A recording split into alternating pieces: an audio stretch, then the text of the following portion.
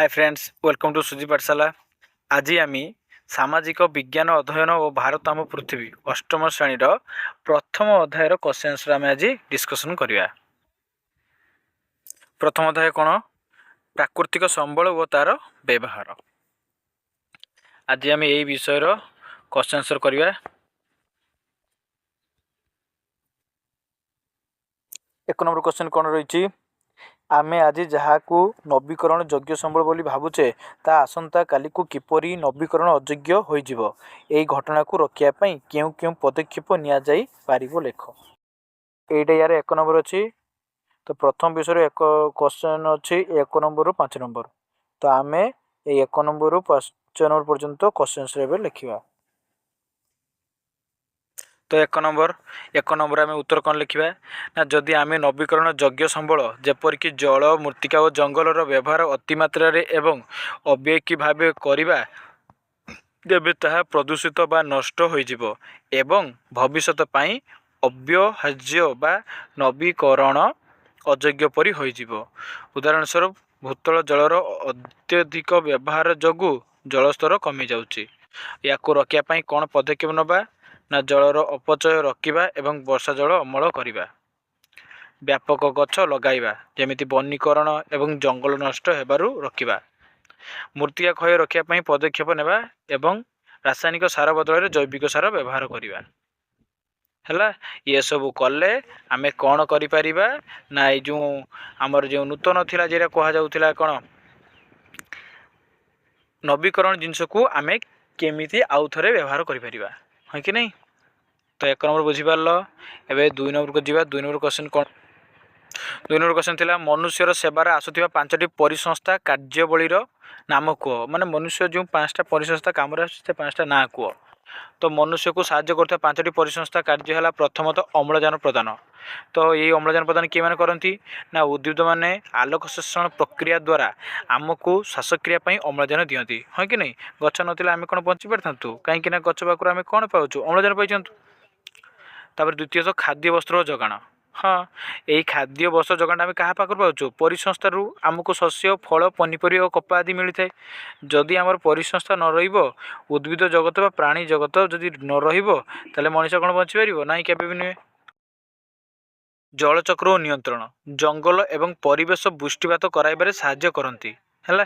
जंगल जलचक्र नियंत्रण जंगल एवं परिवेश पुष्टिपात कराइबारे साहाय्य करे। तुम्हें जदि भारत में समस्त गछ यदि काटिदेव तो भारत में वर्षा हेब ना? हम किंतु बहुत कम, जहाँद्वारा मरुड़ी सब आड़े भर्ती हो। आम जी गछ काटुचे तार 2 गुणा गछ आमको लगे पड़ो। चतुर्थ आसला मृत्तिका संरक्षण। गछर चेर माटी को जाबुड़ी धरी मृत्तिका क्षय रखी थाए, हाँ कि नहीं? गचर चेर माटी को जाबुड़ी धरी मृत्तिका क्षय रखी थाए। तुम्हें देखि जो वर्षा हुए तुम बाड़ी गछ गुड़ा सब पाखर देखो माटी सब कौन होता है? धोई जाए। किंतु किसी जगार अच्छी से धोई जाई न धोई न जाए। कारण कौन ना? सेटारे चेर कौन करे? माटी की जाबुड़ी धरता है। से माटी वर्षा जल द्वारा क्षय हुए ना। 5 नंबर पॉइंट वर्ज्य वस्तु अपघटन। परिसंस्थार थिबा अणुजीव माने मृत उद्भिद और प्राणी मान को पचाई माटीर उर्वरता बढ़ाई कि नहीं? एवं 3 नंबर क्वेश्चन कौन कही? नवीकरण योग्य संबल गुड़िक कौन? से गुड़िक नवीकरण अयोग्य संबल ठार किपरि भिन्न? वर्तमान एवं भविष्यत पीढ़ी निमंते नवीकरण योग्य संबलर उपलब्धि निश्चित करने लोक मैंने कौन करें? यार 2टी उदाहरण दियो। यार उत्तर लिखिए। तो उत्तर लिखिया कौन ना? सर नवीकरण योग्य संबल जो संबल गुड़िक व्यवहार कले शीघ्र पूरण हो जाए सरी जाए ना, ताकू नवीकरण योग्य संबल कहुए। उदाहरण कौन?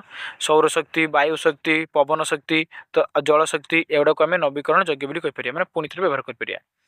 पार्थक्य नवीकरण अयोग्य संबल जेपरिक कोयला पेट्रोलियम भंडार सीमित एवं यह थरे सरीगले तैयारी होगाक लक्ष लक्ष वर्ष लगे।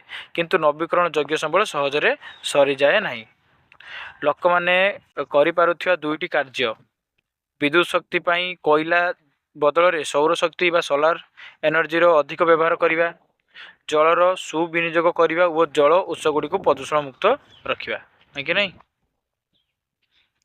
4 नंबर क्वेश्चन से कही तुम घर और आखपाखर प्राकृतिक संबल व्यवहार संपर्कित सचेतना को सूचाऊा सांस्कृतिक अभ्यास गुड़िक चिह्नट कर।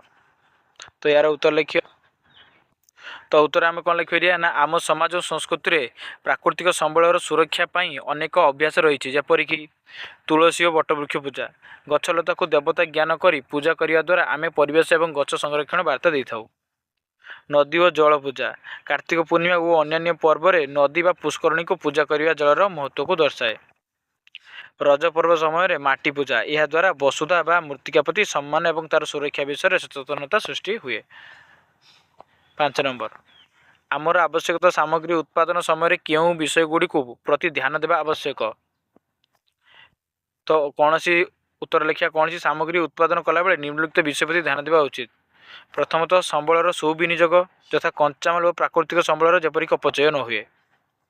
द्वितीयतः परिवेश अनुकूल प्रयुक्ति उत्पादन प्रक्रिया द्वारा जेपरी वायु जल कि मृत्तिका प्रदूषण न हुए। आउ कौन ना पुनर्चक्रण बा रिसाइक्लिंग वर्ज्य वस्तुर परिमाण कम करने और सेगुड़ी को पुनः व्यवहार उपयोगी करने। धारणीय विकास उत्पादन एपरी हेबा दरकार जार आज आवश्यकता मेटाइबा सह भविष्य पीढ़ी एक संबल सुरक्षा रहिबो। तो आमे प्रथम अध्याय क्वेश्चन सब करदेले जदि किसी डाउट थी ताले मते कमेंट लिखिए। Thank you.